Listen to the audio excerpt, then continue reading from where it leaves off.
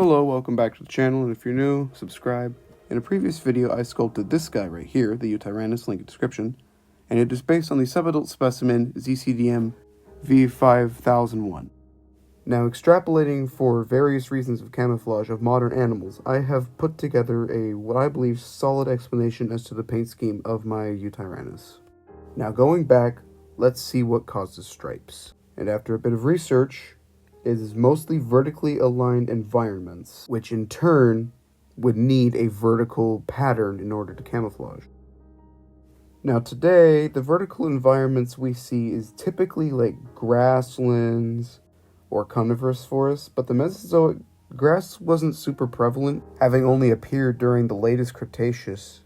Now this is not to say the Cretaceous didn't have vertically aligned environments, whether that environment be floodplains or horsetail undergrowth, or the aforementioned coniferous forests. The Cretaceous had many vertically aligned environments. Other vertical environments of today include like forests, grasslands, or a good mix of the two, or like bamboo forest, which is a grass forest, effectively.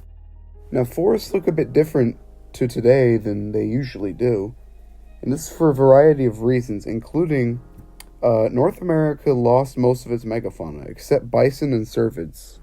And that is to say that megafauna change environments, like mammoths would be knocking down trees and mastodons would be shoveling new rivers. But they aren't here, so the forests are pretty closely compacted, and they're further apart where you see bigger animals around, like Southern Asia, with elephants and rhinos managing the forest, whereas North America, we have moose. That's just about it. The bison stick to the plains, and the forest in the winter.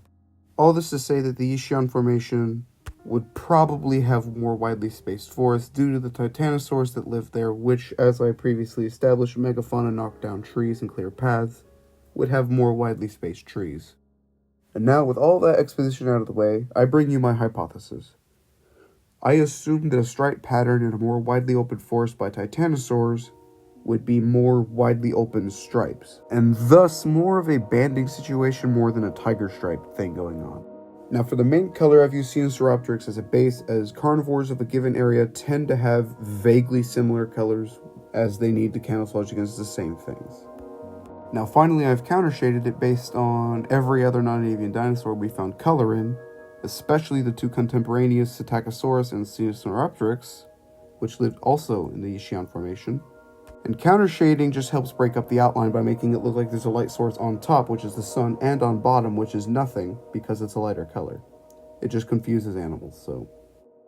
I couldn't find anything super relevant here, so here's a pair of Turacos helping their child hatch. And I picked Turacos because they are the only truly pigmented birds, meaning their feathers are truly blue and not just the light refracting structure of other birds' feathers. That's why feather color is so variable in birds, because it's not true color, it's structure variance. And in nature, blue is the rarest color, which is why I've chosen it for the crest, because I feel the rarest color being strong would show health to the creature, thus being selected for. Ergo peacocks, Now with all of that said, remember the YouTube pleasantries.